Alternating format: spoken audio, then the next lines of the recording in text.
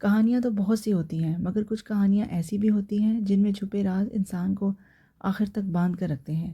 آج ہم ایک اور نئی قصے کے ساتھ حاضر ہیں، تو آئیے بغیر دیر کیے شروع کرتے ہیں آج کی کہانی اور دیکھتے ہیں اس کیس میں آگے کیا ہونے والا ہے۔ مریم پروفیسر عباس کے کمرے میں داخل ہوئی تو اس نے پہلے کی طرح ایک کرسی پر زید کو براجمان پایا۔ آئیے مریم، میں نے آپ کو بلوایا ہے، پروفیسر عباس نے اسے دیکھتے ہوئے کہا۔ ایک سرسری نظر زید پر ڈال کر کرسی پر بیٹھ گئی۔ میں نے آپ کے ڈیزائنز دیکھے اور میں آپ کے کام سے خاصا متاثر ہوا ہوں۔ میں چاہتا ہوں آپ میرے لیے کام کریں، زید نے اس کے بیٹھتے ہی کسی تمہید کے بغیر کہا۔ وہ بے تاثر چہرے کے ساتھ اسے دیکھتی رہی۔ وہ خاموش ہوا تو اس نے کہا، میں آپ کے لیے کام کرنا نہیں چاہتی۔ وہ خاموش ہوا تو اس نے اسی سپاٹ چہرے کے ساتھ کہا، مریم بات دراصل یہ ہے کہ یہ پچھلے دنوں بہت مصروف تھا، اس لیے یہ آپ سے مل نہیں سکا۔ یہ معذرت خواہ ہے، پروفیسر عباس نے مداخلت کی۔ ہو سکتا ہے ایسا ہی ہو، مگر اب میں بہت مصروف ہوں اور میرے پاس وقت نہیں ہے۔ وہ اٹھ کر کھڑی ہو گئی۔ مریم، میں جانتا ہوں آپ مجھ سے ناراض ہیں۔ زید اپنی بات مکمل نہیں کر سکا۔ مریم نے بہت سرد آواز میں اس کی بات کاٹ دی۔ ایکسکیوز می، میں آپ سے کیوں ناراض ہوں گی؟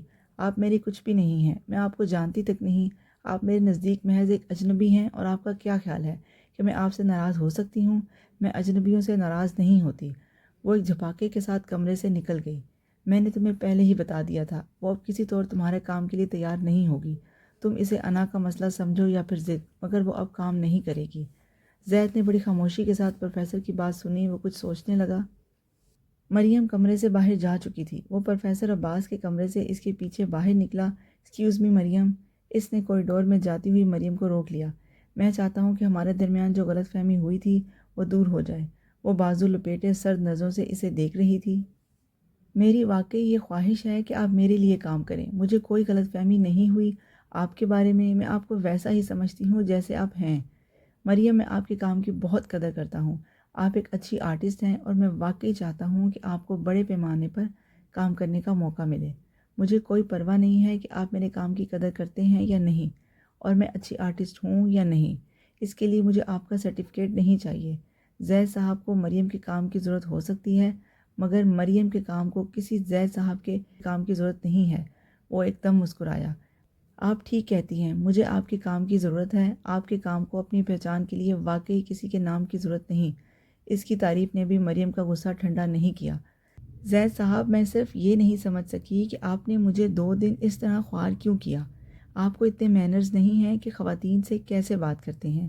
آپ آرٹ کی قدردانی کا دعویٰ کرتے ہیں اور آپ کو اتنا پتہ نہیں ہے کہ آرٹسٹ سے کس طرح ملتے ہیں۔ میں آپ کے پاس کام مانگنے نہیں گئی تھی، آپ آئے تھے اور اس کے بعد آپ نے ایک بھکاری کی طرح مجھے ٹریٹ کیا۔ یہ وہ پروفیشنلزم ہے جس کی آپ بات کر رہے تھے؟ زید کا چہرہ ہلکا ہلکا سرخ ہونے لگا، مگر وہ خاموشی سے اس کی بات سنتا رہا۔ ایسی بات نہیں ہے مریم، پہلی بار مجھے آپ سے بات کرتے ہوئے یوں لگا تھا جیسے آپ میری بات سن نہیں رہی، یا کم از کم غور سے نہیں سن رہی۔ آپ نے کوئی سوال نہیں کیا، آپ نے کسی پوائنٹ پر کوئی اختلاف نہیں کیا۔ حتیٰ کہ جب میں نے آپ سے یہ کہا کہ آپ مجھ سے اس پروجیکٹ کے بارے میں کچھ پوچھ لیں تو آپ نے صرف پیکیج کے بارے میں پوچھا۔ مجھے تھوڑا عجیب لگا۔ مجھے لگا کہ آپ کو کام سے زیادہ معاوضے میں دلچسپی ہے۔ مجھے یہ بھی محسوس ہوا کہ شاید آپ اتنے پروفیشنل اور مخلص طریقے سے کام نہ کر سکیں جس طرح میں چاہتا تھا۔ اس لیے میں نے سوچا میں آپ سے کام نہیں کراؤں گا۔ آپ کے سامنے انکار کرنا مجھے مشکل لگ رہا تھا، اس لیے میں نے انڈائریکٹ طریقے سے آپ کو یہ بتانے کی کوشش کی کہ میں آپ کے ساتھ کام نہیں کرنا چاہتا، مگر میں نے آپ کے ڈیزائنز نہیں دیکھے تھے، تو مجھے اب اپنی غلطی کا احساس ہو گیا ہے۔ جب میں نے آپ کے ڈیزائنز دیکھے ہیں، اس نے وضاحت کرنے کی کوشش کی، مگر اس کی وضاحت نے مریم کے غصے کو کچھ اور بھڑکا دیا۔ زید صاحب، آپ میں اتنے گٹس ہونے چاہیے تھے کہ اگر آپ میرے ساتھ کام نہیں کرنا چاہتے تو آپ مجھے صاف صاف اسی وقت بتا دیتے۔ مجھے بالکل برا نہیں لگتا۔ آپ کا پروفیشنلزم آپ کی اپنی ذات کی حد تک ہے۔ آپ نے میرے ساتھ مس بیہیو کیا، اور اب سیدھے طریقے سے یہ کہنے کے بجائے کہ آپ کا رویہ بہت غلط تھا، آپ ترجیحات دے رہے ہیں کہ چونکہ آپ نے یہ محسوس کیا تو پھر آپ نے یہ سوچا، اور پھر آپ نے اس لیے یہ کیا۔ آپ اپنی غلطی چھپانے کے بجائے صاف صاف یہ کیوں نہیں کہتے کہ آپ کو بزنس فیلڈ میں ابھی بہت کچھ سیکھنا ہے، پیشہ ورانہ اخلاقیات اور ویلیوز بھی؟ زید نے اپنے دونوں ہاتھ اٹھائے۔ ٹھیک ہے، میں کوئی وضاحت نہیں دیتا، میں مکمل طور پر غلط تھا، اور آپ ٹھیک کہتی ہیں، مجھے ابھی بھی بہت کچھ سیکھنا ہے۔ آپ لوگ یہ چاہتے ہیں کہ آرٹسٹ آپ کے لیے فی سبیل اللہ کام کرے، اس نے اس کی بات پر غور کیے بغیر اپنی بات جاری رکھی۔ آپ لوگ چاہتے ہیں کہ آرٹسٹ معاوضے کے بارے میں کبھی بات نہ کرے۔ مریم، میں نے ایسا کچھ نہیں کہا۔ میں نے آپ سے اس دن یہی کہا تھا کہ اگر میں کام اپنی مرضی کا کراؤں گا تو معاوضہ آپ کی مرضی کا ہوگا۔ زید نے نرم لہجے میں اس کی بات کاٹی۔ ابھی آپ نے کہا ہے کہ آپ کو معاوضہ ڈسکس کرنا برا لگا۔ آپ کو لگا میں پروفیشنل نہیں ہوں۔ کسی بزنس ایڈمنسٹریشن کے ادارے میں جائیے اور ان سے پوچھئے کہ کون سی 3 بنیادی چیزیں ہیں جو کسی بھی پروجیکٹ کو کرتے ہوئے سب سے پہلے ڈسکس کرنی چاہیے۔ ان میں ایک وہ معاوضہ ہی بتائیں گے۔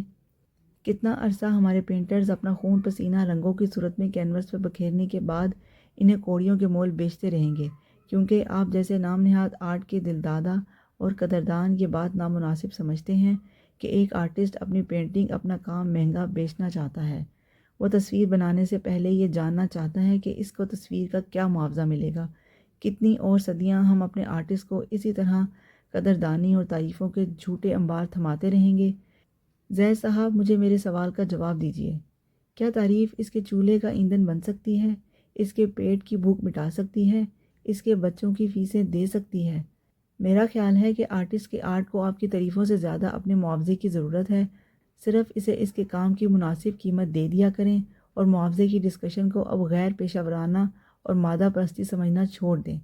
آرٹسٹ کو بھی اتنا حق ہے اپنا معاوضہ ڈسکس کرنے کا جتنا کسی ڈاکٹر یا وکیل کو۔ وہ آپ سے بھیک نہیں مانگ رہا، وہ بھی آپ کو ایک سروس دے رہا ہوتا ہے، آپ کے کسی حسن جمال کی تسکین کر رہا ہوتا ہے۔ جہاں تک آپ کے لیے دوبارہ کام کرنے کی بات ہے تو آپ چاہیں تو میرے ڈیزائن استعمال کر لیں، مگر مجھے اب آپ کے لیے کام نہیں کرنا۔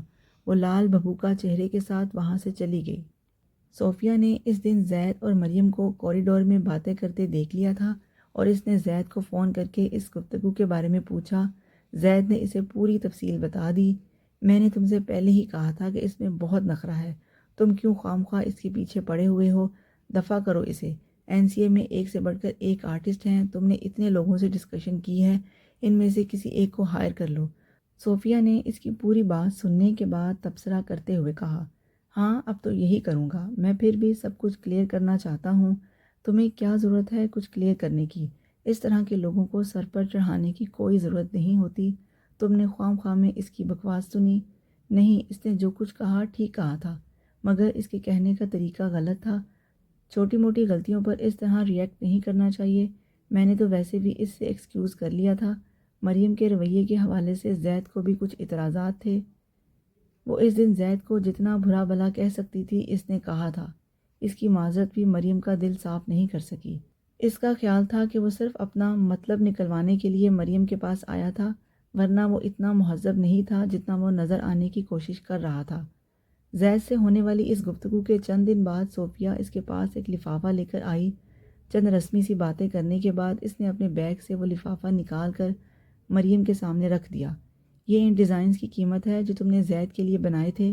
زید نے یہ چیک دیا ہے۔ مریم کو ایک بار پھر اپنی توہین کا احساس ہوا۔ مجھے اس چیک کی ضرورت نہیں ہے۔ یہ چیک اسے واپس کر دینا اور بتا دینا کہ اس چیک سے وہ تھوڑے سے مینرز خرید لے۔ اس نے تیز لہجے میں کہتے ہوئے اپنی تصویر پر کام جاری رکھا۔ صوفیہ کو اس کا لہجہ بہت برا لگا۔ زید کو مینرز کی ضرورت نہیں ہے۔ مریم، تمہیں مینرز کی ضرورت ہے۔ مریم نے کینوس پر کام کرتے ہوئے اپنا ہاتھ روک لیا۔ مجھے تمہارے مشورے کی ضرورت نہیں ہے۔ برش کے پچھلے سرے سے اس کی طرف اشارہ کرتے ہوئے اس نے کہا، تم کیریئر کا کام کر رہی ہو، صرف وہ کرو۔ وہ دوبارہ پینٹنگ بنانے لگی۔ کیریئر کے لفظ نے صوفیہ کے تن بدن میں آگ لگا دی تھی۔ اس نے لفافہ کھینچ کر مریم کے منہ پر مارا۔ تمہاری ہمت کیسے ہوئی یہ کہنے کی؟ پہلے پیسے مانگتی ہو، اس کے بعد نخرے دکھاتی ہو۔ مریم لال بھبوکا چہرے کے ساتھ کچھ کہے بغیر اسے دیکھتی رہی۔ وہ نہیں چاہتی تھی اب بات اور بڑھے۔ ادھر ادھر کھڑے ہوئے اسٹوڈنٹس ان کی طرف متوجہ ہونے لگے تھے۔ میں کہتی ہوں تم اور تمہارے جیسی لاکھوں پڑی ہیں یہاں، اپنا آرٹ لیے پھرتی ہیں۔ تم ہو کون؟ مائیکل اینجلو ہو؟ پکاسو ہو؟ 4 لفظ تعریف کے مل جائیں تو تم جیسے لوگ آسمان پر چڑھ جاتے ہیں، خود کو کوئی اور چیز سمجھنے لگتے ہو۔ اسی سے پتہ چلتا ہے کہ تمہارا خاندان کیا ہے۔ تم لوگ اس طرح گند مچاتے ہو اچھے اداروں میں آ کر۔ وہ سرخ چہرے کے ساتھ پیر پٹکتی ہوئی وہاں سے چلی گئی۔ مریم کو اندازہ ہونے والا تھا کہ اگلے چند گھنٹوں کے بعد یہ خبر پوری کلاس میں پھیلنے والی تھی۔ اس کے دل میں زید کے لیے عداوت کچھ اور بڑھ گئی۔ صوفیہ کے ذریعے یہ چیک بھیج کر وہ ثابت کرنا چاہتا تھا یہ کہ وہ میرا کوئی احسان نہیں لینا چاہتا یا وہ بہت پروفیشنل ہے۔ اس نے چیک والا لفافہ اٹھاتے ہوئے تلخی سے سوچا۔ وہ لفافہ اس نے مصطفیٰ کو دے دیا جو اس پروجیکٹ پر مریم کے انکار کے بعد زید کے ساتھ کام کر رہا تھا۔ مصطفیٰ یہ زید کو دے دیں، اس نے کسی لمبی چوڑی تفصیل کے بغیر کہا۔ مصطفیٰ نے کہا کہ ہم آپ کی لائنز پر ہی کام کر رہے ہیں، آپ کے ڈیزائنز میں کوئی زیادہ تبدیلی نہیں کر رہے۔ مصطفیٰ نے بڑی دلچسپی کے ساتھ اسے بتایا اور وہ کوئی تبصرے کیے بغیر ایک مسکراہٹ کے ساتھ واپس آ گئی۔ اتنا سب کچھ ہونے کے بعد اسے اب کوئی دلچسپی نہیں تھی کہ وہ اس کے ڈیزائنز پر ہی مزید کام کر رہا ہے یا نہیں۔ مریم صوفیہ کو شروع سے ہی پسند نہیں کرتی تھی اور کچھ یہی حال صوفیہ کا بھی تھا۔ صوفیہ ان چند لڑکیوں میں شامل تھی جن کا خیال تھا کہ مریم خود کو سب سے اعلیٰ و ارفع سمجھتی ہے، اسے اپنا کام اور اکیڈمک پرفارمنس پر ضرورت سے زیادہ فخر ہے۔ ان کا یہ بھی خیال تھا کہ پروفیسرز کی بیجا تعریفوں نے اس کا دماغ خراب کر دیا ہے۔ کسی حد تک یہ بات شاید ٹھیک بھی تھی۔ مریم کو اپنے کام پر بہت فخر تھا۔ وہ جانتی تھی کہ وہ اپنے کالج میں سب سے اچھا اور مختلف کام کرنے والی تھی اور اس کے اپنے بیچ میں کوئی بھی اپنی تخلیقی صلاحیتوں یا پرفیکشن میں اس کے ہم پلہ نہیں ہے۔ اس کے ٹیچرز کا خیال تھا کہ وہ خاص طور پر پینٹنگ میں باقی سب لوگوں کو بہت پیچھے چھوڑ چکی ہے۔ شاید اپنے کام کے حوالے سے یہ خود اعتمادی اس کے رویے میں جھلکتی تھی اور اس نے صوفیہ جیسی لڑکیوں کے دل میں اس کے لیے خاصی بدگمانی پیدا کر دی تھی۔ اس بدگمانی کو بڑھانے میں اس کے ریزرو رہنے کا بہت ہاتھ تھا۔ دوسری طرف مریم کی رائے بھی صوفیہ اور صوفیہ جیسی کچھ دوسری لڑکیوں کے بارے میں اچھی نہیں تھی۔ وہ سمجھتی تھی کہ وہ NCA جیسے بڑے ادارے کے میرٹ پر پورا نہیں اترتی۔ وہاں ایڈمیشن حاصل کرنے میں کامیابی انہیں ان کے آرٹ کی وجہ سے نہیں بلکہ تعلقات کی وجہ سے ہوئی تھی۔ اس نے خود NCA میں داخلے کے وقت میرٹ لسٹ پر ٹاپ کرنے کے باوجود پیسہ نہ ہونے کی وجہ سے خاصی مشکلات کا سامنا کیا تھا۔ اس کا خیال تھا NCA صرف ان لوگوں کو آرٹ سکھا رہا ہے جن کے پاس پیسہ، روپیہ اور بے تحاشا سہولتیں ہیں، اس کلاس کے لیے کچھ نہیں کر رہا جس کے پاس ٹیلنٹ کی بھرمار ہے مگر وسائل نہیں۔ اور اس کی یہ رائے بالکل ٹھیک تھی۔ خود اسے وہاں ایڈمیشن تب ہی مل سکا تھا جب اس کے اسکول کی مدر سپیریئر نے اس کی درخواست پر اپنے تعلقات کو استعمال کرتے ہوئے NCA کے بورڈ آف گورنرز کے ایک ممبر سے اس کے لیے سفارش کروائی۔ نتیجتاً اس کی فیس معاف ہو گئی، مگر اس سب کے لیے اسے اور ماما جان کو خاصی دوڑ دھوپ کرنی پڑی۔ مگر کالج میں داخلہ حاصل کرنے کے بعد اس نے صوفیہ جیسے بہت سے نام نہاد آرٹسٹ دیکھے جو اپنے رویے کے بل پر NCA کا ٹھپا لگوانے کے لیے وہاں موجود تھے۔ برش سے کینوس پر 4 اسٹروک لگا دینے والا ہر شخص آرٹسٹ نہیں ہوتا، وہ واضح طور پر کہا کرتی۔ وہ صوفیہ اور اس کے ساتھ رہنے والی کچھ دوسری لڑکیوں کو یہی کہتی تھی۔ ان لوگوں کی پینٹنگز ان کے رشتہ داروں، کزنز اور دوستوں کے علاوہ کون خریدتا ہے؟ مروت میں ہوتی ہے یہ خریداری، اس لیے قیمت زیادہ لگتی ہے۔ اس کے یہ تبصرے صوفیہ اور دوسری لڑکیوں تک بڑی آسانی سے پہنچ جاتے تھے۔ اس کے مزاج میں ان دنوں اس لیے بھی تلخی تھی کیونکہ وہ ماما جان کے ساتھ انگلینڈ جانے کے مسئلے پر الجھی ہوئی تھی۔ اسے اپنا مستقبل محفوظ نظر نہیں آ رہا تھا اور صوفیہ اور اس جیسی دوسری لڑکیاں اسے اور بھی زیادہ بری لگ رہی تھیں۔ صوفیہ کی زید کے ساتھ رشتہ داری ہونے اور زید کے اس رویے نے صوفیہ کی طرف سے اس کا دل اور زیادہ خراب کر دیا تھا اور اس کا خیال تھا کہ صوفیہ نے زید کو کام دینے سے منع کیا ہوگا۔ اس کا یہ بھی خیال تھا کہ اس دن زید کے آفس میں صوفیہ ہی تھی جس نے زید کو اسے چند دن بعد بلوانے کے لیے کہا تھا۔ وہ غیر محسوس طور پر زید کے ہر رویے کا تعلق صوفیہ سے جوڑ رہی تھی اور اب صوفیہ کے ہاتھوں بھیجے جانے والے اس چیک نے اس یقین کو اور پختہ کر دیا تھا۔ میں اس کے ڈیزائنز استعمال کر رہا ہوں اس لیے اس کو معاوضہ دینا چاہتا ہوں، تم میری طرف سے شکریہ کے ساتھ اسے یہ چیک دے دینا۔ زید نے مریم کے لیے چیک دیتے ہوئے صوفیہ سے کہا۔ ٹھیک ہے، میں اسے یہ چیک دے دوں گی، مگر بہتر تھا تم خود ہی اسے یہ چیک دے دیتے کیونکہ میں اس سے بات کرنا نہیں چاہتی۔ میں خود اسے دے دیتا مگر مجھے خدشہ ہے کہ وہ شاید مجھ سے چیک نہ لے، اس لیے میں چاہتا ہوں تم اسے یہ دے دو۔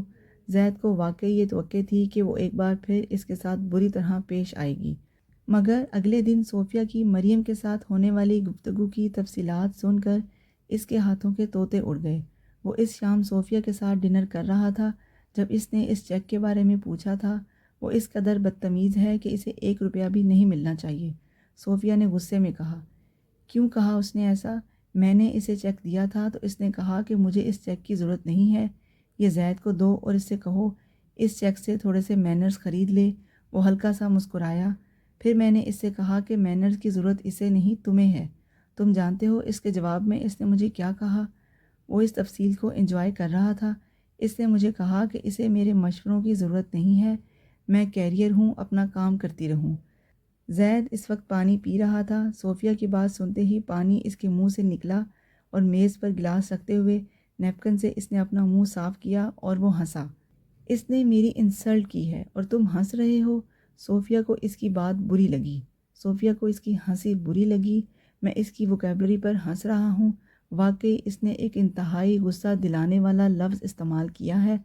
بہت خراب، اس نے ایک گہرا سانس لیتے ہوئے کہا۔ پھر میں نے خاصی انسلٹ کی اس کی، چیک اس کے منہ پر مارا۔ زید کے چہرے سے مسکراہٹ ایک دم غائب ہو گئی، ایک دم سنجیدہ ہو گیا۔ صوفیہ یہ نہیں کرنا چاہیے تھا۔ کیوں وہ سب کی بے عزتی کرتی پھرے اور اسے کوئی پوچھنے والا نہ ہو؟ میں تمہاری طرح تو اپنی بے عزتی کروانے سے رہی۔ اس نے مریم کو کہی جانے والی ساری باتوں کی تفصیل سناتے ہوئے کہا۔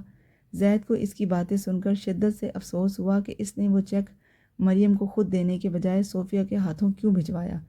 جو بھی ہو صوفیہ، تم نے ٹھیک نہیں کیا۔ بہرحال اب ساری باتیں چھوڑو، کھانا کھاؤ، اس نے موضوع بدلتے ہوئے کہا۔ وہ اب کچھ فکر مند نظر آنے لگا۔ اگلے دن مصطفیٰ کے ذریعے اسے وہ چیک واپس مل گیا اور اس کے افسوس میں کچھ اور اضافہ ہو گیا۔ وہ جانتا تھا مریم اب اسے پہلے سے زیادہ ناپسند کرنے لگی ہوگی۔ آپ سب کا کیا خیال ہے؟ سٹوری کافی لمبی ہوتی جا رہی ہے۔ میرا خیال ہے آج کے لیے بس اتنا کافی ہے۔ اگلی ایپیسوڈ کے لیے انتظار کیجیے گا، اور اگر آپ کو میرا یہ انداز پسند آ رہا ہے تو میرے چینل کو لائک، شیئر اور سبسکرائب ضرور کیجیے گا۔ ملتے ہیں نیکسٹ ایپیسوڈ میں۔ اور آخر میں آپ سب کے لیے ایک سوال ہے، کیا واقعی صوفیہ نے جو کیا وہ ٹھیک تھا یا مریم کا انداز زیادہ درست تھا؟ کبھی کبھی انسان کے فیصلے صرف صحیح یا غلط نہیں ہوتے، ان کے پیچھے جذبات اور حالات بھی بہت کچھ کہہ جاتے ہیں۔ آپ کیا سوچتے ہیں؟ اپنی رائے کمنٹس میں ضرور بتائیے گا، اور جاننے کے لیے کہ اس فیصلے کے بعد کہانی کس نئے موڑ پر جانے والی ہے۔ ملتے ہیں اگلے ایپیسوڈ میں۔